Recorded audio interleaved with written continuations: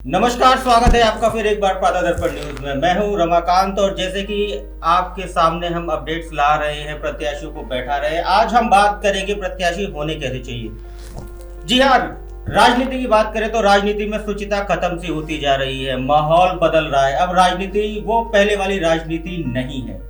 राजनीति की शुचिता खत्म हो रही है, आरोप प्रत्यारोप लग रहे हैं और वो इस हद तक जा रहे हैं कि शायद हमें अपने कान बंद भी करने पड़े। तो सारी सीमाओं को लांघ चुका है राजनीतिक युद्ध। आज हम चर्चा करेंगे हमारे पैनल के साथ। मेरे दाहिनों ओर बैठे हैं दीपक सरीन जी, पापा संस्था के राष्ट्रीय अध्यक्ष हैं, और उनके बराबर से है धीरज जीशान जी, समाज सेवी, और उनके बराबर से रीता भट्टाचार्य जी, समाज सेवी साहित्यकार।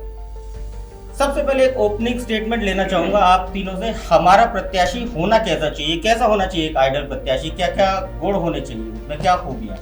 दीपक जी। देखिए, मैं इसमें एक ही लाइन में बात समाप्त करूंगा ये कहकर कि उम्मीदवार वो होना चाहिए जो जनता की उम्मीदों पर खरा उतर सके, जिस जनता के वोटों से वो जीत के आता है उसके लिए काम कर सके। अगर आप इसमें खरे नहीं उतरते हैं तो आपका विधायक या सांसद बन जाना फिजूल है, व्यर्थ। धीरज जी।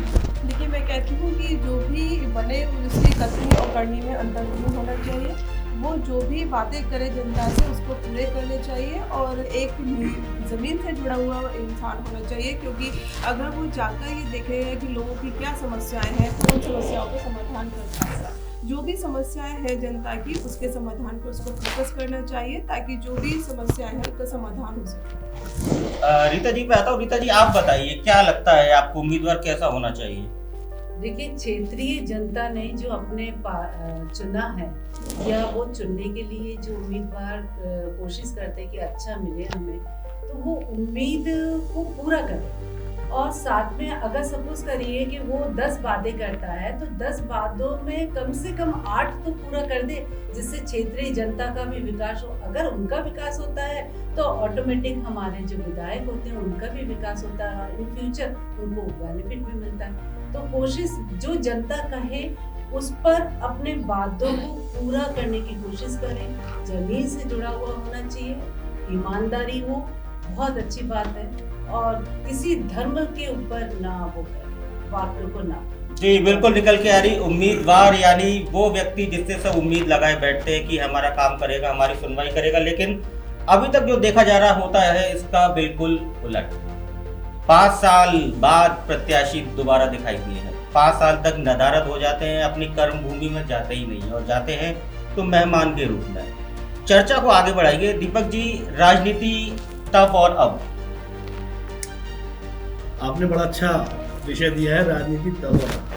पहले की जो राजनीति होती थी वो शुचिता के साथ होती थी, जनता के लिए होती थी, जनता के कार्य होते थे। पहले उम्मीदवारों की कथनी और करनी भी एक हुआ करती थी, लेकिन पिछले कुछ सालों से जिस तरह से राजनीति ने अपना स्वरूप बदला है, बहुत गलत स्वरूप ले लिया है। अब आप ये देखिए, मैं एग्जांपल आपसे ये कहता हूँ कि मैं विकास की उम्मीद पर पिछले चुनावों में भारतीय जनता पार्टी को वोट दिया था। आज आगरा में मैं बात करता हूँ तो ना स्टेडियम दिखता है, ना मुझे खंडपीठ दिखती है, ना मुझे बैराज दिखता है, ना मुझे जमुना में स्टीमर चलते हुए दिखाई देते हैं, और ना ही मुझे एयरपोर्ट की बात होती दिखाई देती है। तब अगर मैं भारतीय जनता पार्टी से सवाल पूछता हूँ तब वो ये कहते हैं साहब आप तो गद्दार हैं, आप देशद्रोही हैं। लेकिन हमारे जनप्रतिनिधि जेवर में जब उद्घाटन होता है वहाँ तालियां बजाते हुए नजर आते हैं। तो ये जनप्रतिनिधि जेवर जाके चुनाव क्यों नहीं लड़ते? ये आगरा से चुनाव लड़ क्यों रहे हैं? इनको जेवर भेजिए ना। अगर आपके हिसाब से मैं गद्दार हूँ, हिंदू, पहले तो आप ये समझिए कि जो हिंदुओं के ठेकेदार हैं, भाजपा के सत्ता में आने से पहले मैं बात करता हूं तो सभी राजनीतिक दल समान होते थे और ये विषयों और बिंदुओं पर चुनाव लड़ा करते थे। जातीय धर्म पर चुनाव लड़े जा रहे हैं। आप हिंदू हैं, आप मुसलमान हैं, यार क्यों नीचे के लोगों को बांट रहे हो? आपको शर्म नहीं आती है? फिर मेरा भाजपा से सार्वजनिक लाइव चल रहा है और मैं साधुवाद देता हूँ भाई आपको रमाकांत जी, जो आपने ये बीड़ा उठाया है लाइव जाने का। कठिन होता है कहना कैमरे के सामने, लेकिन मैं आपसे सवाल करना चाहता हूँ, भारतीय जनता पार्टी के शीर्ष दिग्गजों से सवाल करना चाहता हूं, जब आप निचले स्तर पे क्षेत्र की जनता को हिंदू और मुसलमान पे लड़ाते हैं, आप ये कहते हैं कि हमें हिंदू राष्ट्र चाहिए और हम हिंदूवादी योजनाओं के साथ आगे बढ़ेंगे, मुसलमानों को हम सफल नहीं होने देंगे, तब जब आप राष्ट्रीय अल्पसंख्यक आयोग बनाते हैं या जब आप उत्तर प्रदेश राज्य आयोग में लोगों की भर्ती करते हैं, तब वहां पर 90% आप मुस्लिम साथियों को लेके चलते हैं। तो ऐसा दोहरापन राजनीति में क्यों?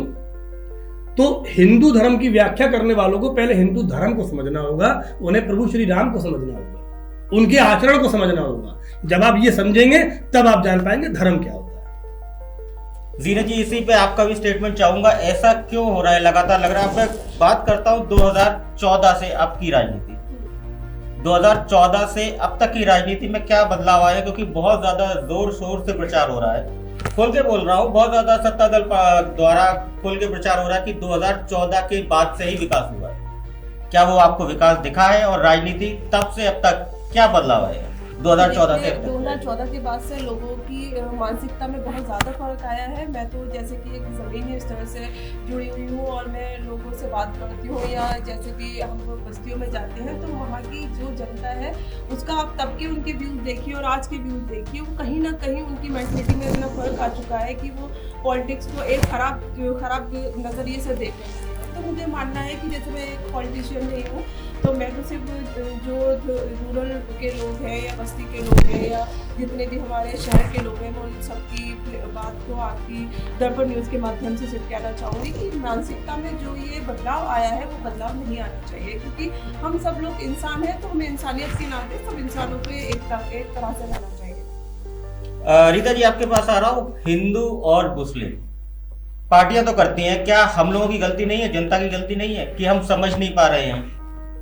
बिल्कुल आपने सही कहा, ये यहाँ पर हम जनताओं की कमी है, क्योंकि हम लोग राजनेताओं जो भी मतलब ये खड़ा होता है उनके हम प्रलोभन में आ जाते हैं, और हम लोग ये नहीं सोचते हैं कि वो हमारे अंदर राजनीति कम और देशद्रोही वाले काम ज्यादा कर रहे हैं, क्योंकि बंटवारे का वो कर रहे हैं। देखिए, हिंदू मुस्लिम हम लोग जो रह रहे हैं, आज तक हम लोग भी तो आपस में कोई नहीं लड़ाई हुई, ना कुछ मतभेद हुए, लेकिन ये राजनेता जितने भी हमारे हैं, कोई भी पार्टी से बिलोंग करते हो, ये लोग क्या करते हैं, सिर्फ जातिवाद पर ये धर्म मतलब रास्ते में उनको भटकाने की कोशिश करते हैं। और पब्लिक की गलती इतनी है कि क्या वो लोग पढ़े लिखे नहीं है? चलिए, जो शिक्षित है, जो अशिक्षित है, वो अगर ऐसा काम करता है, उनके बहकावे में आता है और गलत काम करता है, तो वो हम मानते हैं चले। लेकिन यहाँ पर तो कई देखे गए ऐसे लोग भी हैं पढ़े लिखे कि जो हिंदू के भी हैं, मुस्लिम के भी, अदर जाति के भी हैं, लेकिन क्या उनमें क्या खुद का विवेक नहीं है, ज्ञान नहीं है कि वो लोग ऐसा क्यों कर रहे हैं? अरे भाई, हम लोग भाईचारे के साथ, एक भारत देश हमारा ऐसा है जहाँ पे सारी जातियां मिलती हैं, सारे धर्म के लोग मिलते हैं। जब हम लोग आपस में मतभेद नहीं कर रहे हैं, हम लोग भाईचारे के साथ रह रहे हैं, तो क्यों आप लोग नेता लोग अपने फायदे के लिए हम लोगों के बीच में गलत मैसेज दे रहे हैं? क्यों आप धर्म के लिए वो कर रहे हैं? देखिए, जो हमारे अंबेडकर जी थे, उन्होंने एक संविधान जब बनाया तो उन्होंने कुछ सोच के बनाया सभी के लिए। उन्होंने ये तो नहीं कहा कि इसमें मुस्लिम के लिए ये एक्ट है और हिंदू के लिए ये एक्ट है, पंडित के लिए ये एक्ट है। जब आप लोग हम लोग उसको फॉलो करते हैं, तो क्यों आप लोग नेताओं की बातों पे जा रहे हैं? आप लोग पढ़े लिखे, आप वो देखिए कि देश में हम तरक्की कैसे करवा सकते हैं, इन नेताओं से हम क्या क्या काम ले सकते हैं, और इन नेता अगर नहीं काम कर रहे हैं तो हम इनको अपने अधिकार के थ्रू इन लोगों को उसके काम करने के लिए हम बाध्य कर दें।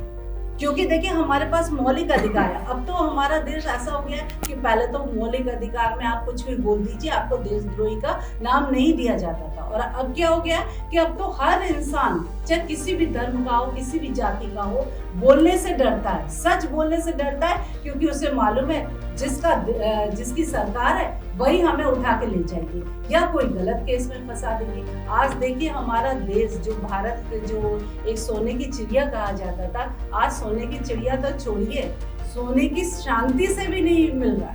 एक आम जनता के लिए रह क्या गया है? सिर्फ यही है राजनीति, और राजनीति में ये आपस में मतभेद, और ये जनताओं के बीच में सिर्फ दंगे का और कुछ। जी बिल्कुल, गंगा जमुनी तहसील का एक मिसाल दी जाती थी, वो मिसाल कहीं ना कहीं लुप्त हो रही है, कमजोर होती जा रही है। दीपक जी, फिर आपके पास आता हूँ। भाषाओं की सीमा, भाषाओं की जो मर्यादा है, चुनाव में बिल्कुल लांघ दी जाती है। चुनाव आयोग मूक दर्शक बना खड़ा रहता है। पिंजरे के अंदर जब आप एक तोते को रख लेते हैं, उसको जब रोज सिखाते हैं बेटा राम राम बोलो, राम राम बोलो, तो एक दिन तोता राम राम बोलना शुरू कर देता है। वही स्थिति मुझे लगता है कि वर्तमान समय में सीबीआई और चुनाव आयोग की भी है। भारतीय जनता पार्टी की जब रैलियां निकलती हैं, जब कोरोना के नियमों का उल्लंघन होता है, जब सारी आचार संहिताएं टूट जाती हैं, तो उन पर कोई कार्रवाई नहीं होती। लेकिन यदि कोई आम आदमी कोई कार्यक्रम करना चाहे तो उसे पहले तो अनुमति के लिए भागना पड़ता है, उसके बावजूद भी उसके काम नहीं होते। यदि वो काम कर भी ले तो तमाम तरीके की चीजों से उसको दबा दिया जाता है। भाषा पर जब आप आते हैं, निकृष्ट मानसिकता को जोड़ते हुए मैं यहां पर कहूंगा कि भारतीय जनता पार्टी के सत्ता में आने के बाद धर्म को जिस तरह से धर्मांध में बदला गया, हिंदू और मुसलमान को लेकर, जातिगत टिप्पणियों को लेके, आजकल तो केवल आप फेसबुक या ट्विटर या सोशल मीडिया पे कहीं पे जाएं, दो शब्द आपको देखने को बहुता मिलेंगे, एक तो भक्त और एक चमचे। ये दो चीजें यही तैर रही हैं। पर ऐसा क्यों हो रहा है? अति का भला ना बोलना, अति की भली ना चुप। तो ये जो हमारे बुजुर्ग कह गए थे वो बिल्कुल सही कह गए थे। जब हम भाषा पर जाते हैं तो भाषा पर लांगते लांगते हम कब व्यक्तिगत टिप्पणियों पर उतर जाते हैं मालूम ही नहीं पड़ता। मैं बात करूंगा जिशान जी से, अभी अगर किसी लाइव पर हम लोग चर्चा कर रहे हो, पिछली डिबेट में मैं गया था, वहां पर बात चली, मैंने उनसे भारतीय जनता पार्टी की नीति पे बात करी, वो मुझसे व्यक्तिगत हो गए। तो आपके पास जवाब ही नहीं है। मैं आपसे पूछता हूँ बेरोजगारी पर कुछ कह दीजिए, तब आप मुझसे कहते हैं मंदिर देख लो। मैं आपसे जब ये कहता हूं कि भाई साहब आर्थिक स्थिति गिर रही है, इस पर कुछ सोच लीजिए, आप कहते हैं देखा 56 इंच का सीना। अरे ये क्या है? आपसे मैं पूछ कुछ रहा हूं, मुझे जवाब कुछ दे रहे हैं। तो आपका सीधा सा एक ही सिद्धांत मुझे नजर आता है कि हम करेंगे तो अपने मन की, और दूसरा कोई करेगा तो भाषा के निम्न स्तर पे जाके हम उसे पटकनी दे देंगे। और ये बात हमारे पुरानी किताबों में भी लिखी गई है कि मूर्ख से आप लड़ नहीं सकते। क्यों नहीं लड़ सकते? इसलिए नहीं लड़ सकते क्योंकि वो अपने क्षेत्र का मास्टर होता है। वो पहले आपको मूर्खता से भाषा के निम्न स्तर पर लाने का प्रयास करेगा, और वहां पर आप उसकी बराबरी नहीं कर पाएंगे तो आप हार जाएंगे। तो भैया भाषा का स्तर बनाए रखें सार्वजनिक पटल पे। चर्चाओं का स्वागत है, तर्क का स्वागत है। कुतर्क से कोई ना जीत पाया है, न कुतर्क से कुछ भला हो पाया है। इस समय कुतर्क और वितर्क की राजनीति चल रही है जीनत जी, क्या इस पे कहना चाहिए? भाषा की बात चल रही है, भाषा अपनी मर्यादा लांघ चुकी है। जी बिल्कुल सही। और दर्शक भी इतने ज्यादा उत्साहित हो जाते हैं, वो भी बड़े खुश होकर तालियां बजाते हैं। देखिए जैसे जैसे टाइम बढ़ता जा रहा है, हो रहा है यही कि जैसे ये जो भाषा है हमारी निम्न स्तर की होती जा रही है, जबकि हमें ऐसा नहीं करना चाहिए। हमें सिर्फ अपनी बातों लफ्ज़ों पर कमांड रखनी चाहिए। बस मैं यही बोलना चाहूँगी, जैसे कि 4 लाइनों में, कि मेरी भारत माँ की मिट्टी का अंदाज निराला है, मेरी भारत माँ की मिट्टी का अंदाज निराला है, हिंदू मुस्लिम सिख ईसाई सबको अपने आंचल में पाला है, सबको अपने आंचल में पाला है। बहुत बढ़िया, आगे बढ़ते हैं रीता जी पे। रीता जी, आपकी एक टिप्पणी चाहूंगा संक्षेप में। देखिए, भाषा जो भी हमारी भाषा बोली जाती है भारत देश में, सभी अपनी भाषा को बहुत प्यार करते हैं, और हिंदी हमारी राष्ट्रभाषा है। जब हम हिंदी राष्ट्रभाषा को हम प्रोत्साहित करते हैं और हम इसको बोलने के लिए, जैसे हमारे मंत्रियों ने कहा कि मतलब आप राष्ट्रभाषा का यूज करिए हर जगह, हम इंडिया के अंदर कर सकते हैं चलिए, लेकिन बाहर नहीं कर सकते। तो ये जो मतलब जनता को जो बोला जाता है कि नहीं आप राष्ट्रभाषा को फैलाइए, आप ये बताइए, मैं एक बंगाली हूँ, मेरी मदर लैंग्वेज जो है, मातृभाषा जो है बंगला है, किसी की उड़िया है, किसी की कुछ।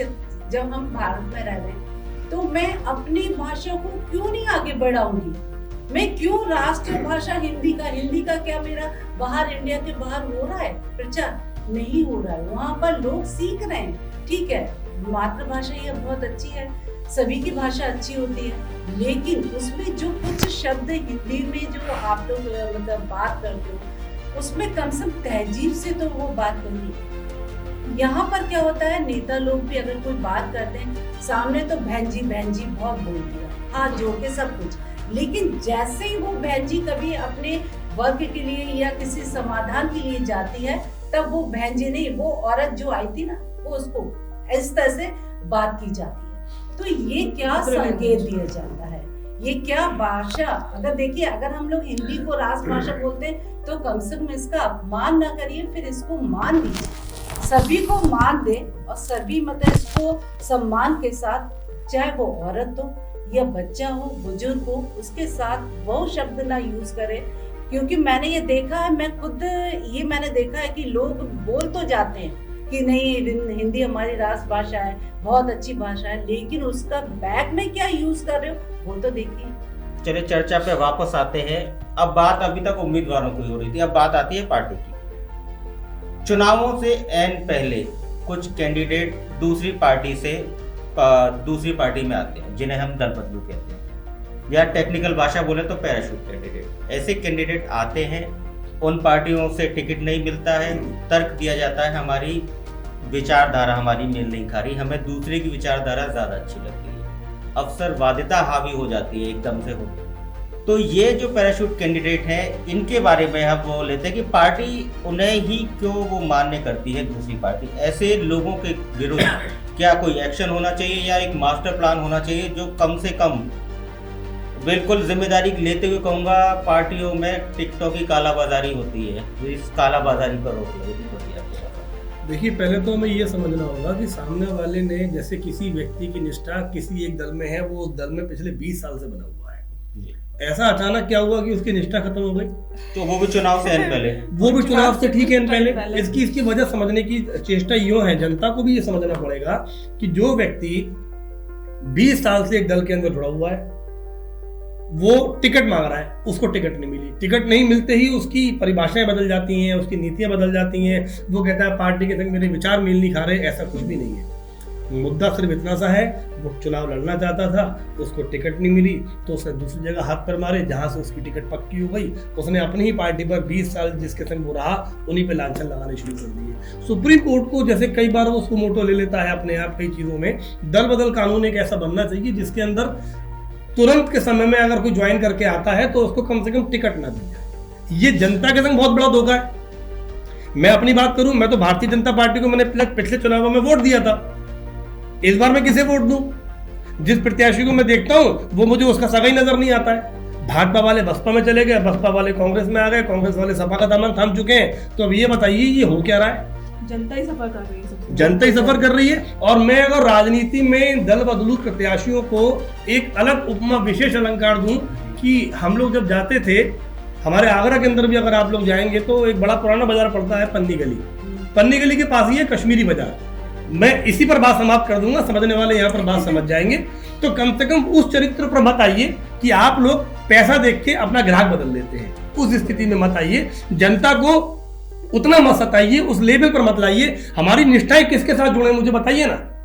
मेरी ये निष्ठा अगर भाजपा के साथ है और जिस प्रत्याशी को मैं वोट देने जा रहा हूं वो कल सपा में चला गया, तो अब मैं प्रत्याशी को देखूं कि भारतीय जनता पार्टी को देखूं? भारतीय जनता पार्टी ने वर्तमान में जिसे टिकट दिया वो मेरे उसूलों के खिलाफ जाता है, वो मुझे व्यक्ति समझ में नहीं आता है, तो मैं वोट किसको दूं? और एक सबसे बड़ी बात, राजनीतिक दलों को एक सीमा बांधनी होगी, अपनी कथनियों करने को एक करना होगा। आप जो ऊपर से जारी करते हैं अपना घोषणा पत्र कि ये काम हम करेंगे, आपके प्रत्याशी अगर नहीं करते हैं तो दंड का प्रावधान रखिए उसके अंदर। ये सबसे गलत बात है कि आपका प्रत्याशी कुछ नहीं करता फिर भी हम उसे वोट दे क्यों दे भाई? भारतीय कोरोना वैश्विक महामारी में आगरा शहर के अंदर जब तमाम सामाजिक संस्थाएं, मेरे साथी बैठी हुई उनमें से ईशान जी हैं और हमारी रीता जी बैठी हुई हैं, कई संस्थाओं के साथ मिलकर आप लोगों ने शहर में काम किया, भूखे को खाने बांटे, चप्पल बांटी हैं। तो आप सोचिए ना, उस समय जनप्रतिनिधि कहाँ थे? कोरोना के डर से घर में बैठे हुए थे, क्वारंटाइन हो गए थे कोरोना की वजह से सारे। वो क्वारंटाइन हुए या नहीं हुए ये किसे पता? बड़ा अच्छा, एक बात बताइए, पहले भी क्वारंटाइन हो गए, आपने डोज लगवा ली और अभी कुछ दिन पहले फिर क्वारंटाइन हो गए। ये मतलब आप लोग अपने हिसाब से क्वारंटाइन होते हैं क्या? तो भैया ऐसी डोज जनता को भी दीजिए, हमें भी दीजिए कि हमारा जब बाहर निकलने का मन ना करे, एक सुई ठोसी अपने और भैया हम क्वारंटाइन हो गए, प्रकट हो गए। रैलियों में आपको दिक्कत नहीं होती, जब समस्या आएगी तब क्वारंटाइन होंगे। तो ऐसे जनप्रतिनिधियों पर हम जाएं क्यों रमाकांत भाई? हमें भी तो सोचना चाहिए कि हम टिकट किसको दे रहे हैं। तो विवेक हमारा होना चाहिए, चयन हमारा होना चाहिए, मापदंड हमारे होने चाहिए। धीरज जी आपके पास आता हूँ क्योंकि मैं भी बह जाता हूँ अक्सर करके, मैं भी एक आम बन जाता हूँ तो मैं भी उन्हीं चीजों पे आ जाता हूँ। धीरज जी, पैराशूट कैंडिडेट्स बढ़ाएं चर्चा को आगे। क्या मुझे भी ये बिल्कुल समझ नहीं आता कि जो पैराशूट कैंडिडेट्स हैं इतने टाइम तक जिस पार्टी के लिए काम करते रहते हैं, एकदम से उसमें बहुत सारी बुराइयां आ जाती है। वो बुराइयां क्या आ जाती हैं कि उसमें हमारा सम्मान नहीं हो रहा है, उसमें हमें ठीक से देखा नहीं जा रहा है। तो मुझे लगता है कि ये बिल्कुल ठीक नहीं है। कम से कम अगर हम किसी भी पार्टी में ज्वाइन किया है तो हमें उसके प्रति जिम्मेदार जरूर होना चाहिए। अगर आपकी कोई भी प्रॉब्लम्स है या किसी प्रॉब्लम्स को देखा नहीं जा रहा है तो आप उसका शॉर्ट आउट निकालिए, उसका समाधान निकालिए। रीता जी, आप क्या कहना चाहेंगी इस विषय पे? देखिए, मैं एक ही बात कहना चाहूंगी कि जो अपने दल का सगा नहीं, वो क्या राष्ट्र का सगा होगा, वो क्या क्षेत्रीय जनता का सगा होगा। जो खुद दल बदलू है, आज इधर तो कल उधर, जिसकी बिन पैंदी का लोटा बना फिर रहा है वो खुद ही, तो वो हमारे समाज के लिए क्या करे। या तो वो स्थिर हो, हमेशा एक ही पार्टी एक ही दल को बिलोंग करे और उसमें काम करे, तभी जनता उसी को अपना वोट देगी। बस इसी को मुझे यही नहीं, जनता तो वोट किसे देती है क्या नहीं देती है इसी पे हम चर्चा कर रहे हैं, लेकिन कहीं ना कहीं बहुत ज़्यादा ये नुकसानदेह है। अगर हम अपने जनतंत्र या लोकतंत्र की बात करें, लोकतंत्र में ऐसा होना हमारे सामने ही हो रहा है। अवसरवादिता की सीमाएं अपनी सीमा से लांघ के पता नहीं किस दिशा में आगे जा चुकी है। मुझे टिकट नहीं मिला तो मैं दूसरे दल में पहुंच जाता हूँ। वहाँ जिस दल में मैंने अभी कई वर्ष गुजारे हैं उसकी मुझे सारी विचारधाराएं खत्म हो जाती हैं। अपनी तुष्टीकरण की राजनीति कर रहा हूँ और बढ़ावा दे रही हैं पार्टियां। तो ऐसी पार्टियों पे ही बिल्कुल ऐसी पार्टियों पे रोक लगाना चाहिए। कुछ है भी तो 8 दिन पहले या 1 हफ्ते पहले उस चीज को क्लोज कर देना चाहिए कि अब ये पार्टी दूसरी पार्टी को नहीं इन्वॉल्व करेगी। अभी तक पिछले कई वर्षों से मैं एंकरिंग करता आ रहा हूँ, लेकिन इस साल मुझे ऐसा पता पड़ा है दीपक जी, पता नहीं कितनी पार्टियां हैं, ऐसी पार्टियों के प्रत्याशी आ रहे हैं जिनका नाम मैंने कभी सुना ही नहीं था, सोच भी नहीं सकते थे। वो कहते हैं ना, वो हरी कथा हरी अनंत हरी कथा अनंता, तो यही मिलेंगे। दरअसल रमाकांत भाई, मेरा ये मानना है कि लोकतंत्र में जिम्मेदारी जवाबदेही तय होनी चाहिए। कौन तय करेगा, ये सबसे बड़ा विषय, तय कौन करेगा। छोटे से बिंदु पर आपको लेके जाता हूँ। आज तो मैं लाइव हूँ, मेरा बड़ा सौभाग्य कि जनता मुझे सुन रही है और मैं बिल्कुल अपनी बात कहना चाहूंगा। मैं यहाँ केवल मैं नहीं आया हूँ, मेरे संग आए हैं सैकड़ों अभिभावक, मैं उनकी आवाज़ हूँ, मैं उन बच्चों की आवाज़ बन के यहाँ पर आया हूँ आज, जो फ्रंट में स्कूल वालों के नहीं आ पाए, तो वो मेरे मुख से कुछ बातें कहलवाना चाहते हैं आपके सामने। लोकतंत्र में जवाबदेही किसकी होनी चाहिए, ये निर्णय करना बहुत जरूरी है। उत्तर प्रदेश सरकार एक आदेश जारी करती है कि स्कूल के अंदर मेंटेनेंस फीस नहीं ली जाएगी, लाइब्रेरी की फीस नहीं ली जाएगी, कंप्यूटर लैब की फीस नहीं ली जाएगी, साइंस लैब की फीस नहीं ली जाएगी, ऑफलाइन परीक्षा की फीस नहीं ली जाएगी, एनुअल मेंटेनेंस नहीं लिया जाएगा, एनुअल फंक्शन की फीस नहीं ली जाएगी। क्या उसका पालन होता है? नहीं होता। उत्तर प्रदेश सरकार के आदेश का पालन कराने के लिए शहर के एक आम आदमी को जब कलेक्ट्री के गेट पे 3 दिन भूखे और प्यासे अनशन पर बैठना पड़ता है, तब भी जाकर पूरी तरह सुनवाई नहीं होती, तो ये जिम्मेदारी किसकी है? उत्तर प्रदेश सरकार के आदेश का पालन अगर आगरा के तमाम विधायक, आगरा के सांसद अगर नहीं करा पाएंगे तो कौन कराएगा? जवाब दीजिए। माननीय सांसद जी से भी पूछना चाहूंगा, माननीय विधायक जी से भी पूछना चाहूंगा, मैं सबके पास गया सरकार के आदेश को लेके। आप लोग उत्तर प्रदेश सरकार के आदेश का पालन अपने शहर में नहीं करवा पा रहे, तो किस मुंह से आप हमारे पास वोट मांगने के लिए आ रहे हैं? किस बात के लिए आ रहे हैं? ये प्रश्न आप लोगों के लिए छोड़ के जा रहा हूं। और साथ के साथ उन समस्त राजनीतिक दलों को भी मैं ये कहना चाहता हूं कि अन्य तमाम मुद्दों के साथ साथ कोरोना काल में बंद रहे स्कूलों की फीस भी एक बड़ा मुद्दा है, आपको उस पर भी अपनी बात कहनी चाहिए। जीनत जी, आगे बढ़ाएं। क्या लगता है आपको, जवाबदेही किसकी होनी चाहिए? अगर कुछ नहीं हो तो क्या जनता को ही आगे आना चाहिए? जी बिल्कुल, मुझे लगता है कि जनता ही वोट देती है, जनता को ही आगे आना चाहिए, क्योंकि अपने अपने स्तर से जैसे सब लोग मतलब पहल करेंगे तो ये सब जो भी ये अन्याय चल रहा है हमारे लिए, जनता के लिए, वो कहीं ना कहीं उस पर फोकस जरूर किया जाए। रीता जी, आपके पास आता हूँ। देखिए, जनता को ही पहल करनी चाहिए, लेकिन जनता के साथ साथ हमारे जितने भी सांसद वगैरह हैं जिनको हम चुनते हैं, चाहे वो किसी भी मतलब क्षेत्र के हैं, सब लोग मिलके अगर करें ना तो हमारे सदन में जरूर इसकी आवाज गूंजेगी और समाधान कुछ ना कुछ तो होगा। लेकिन अगर हमारे सांसद लोग ही, अगर हमारे विधायक लोग ही हमारी नहीं ये पहल को उठाते हैं और ना हम लोगों की मदद करते हैं एक आम जनता की, तो बताइए ये फिर लोकतांत्रिक देश में हमारा क्या अधिकार रहा? हम लोगों को तो बोलने का भी अब अधिकार नहीं रहा है, क्योंकि राष्ट्र का विद्रोही मतलब कहा जाता है। पहले तो मौलिक अधिकार थे कि हर इंसान बोल लेता था। आज तो पेरेंट्स भी बोलने से डरते हैं क्योंकि उनको स्कूल से नाम काट दिया जाता है या बच्चे का कुछ कर दिया जाता है। शोषण बच्चे भी हो रहे हैं हमारे। तो ये मैसेज तो देखिए, ये बहुत अच्छा रमाकांत जी, आपने बहुत बढ़िया ये प्लेटफॉर्म रखा है और जनता भी जाग जाए और जनता भी ये सुने समझे कि हमारा विधायक कैसा हो, हमारा नेता कैसा हो, जो हमारे सारे पटर को समझे, हमारी सारी प्रॉब्लमों को समझे, एक आम जनता की भी, एक गरीब जो निम्न तबके का जो व्यक्ति है उसकी भी समस्या का समाधान कर सके। ऐसा ही नेता अगर आए, चाहे वो किसी भी उसको किसी भी पार्टी का हो, किसी भी धर्म का हो, हमें जनता कभी ये नहीं चाहती कि भाजपा का हो, सपा का हो, कांग्रेस का हो। जनता चाहती है ऐसा, जनता चाहती है कि विकास हो, किसी का शोषण ना हो, सबकी बात सुनी जाए, सबकी बात का समाधान हो और उस पर मौलिक अधिकार जो हमारे भारत में संविधान में है, हमें उस चीज को हमें राइट।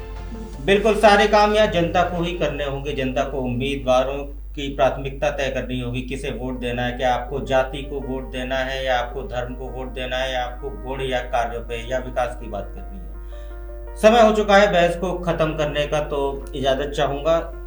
नमस्कार, जुड़े रहिए साथ।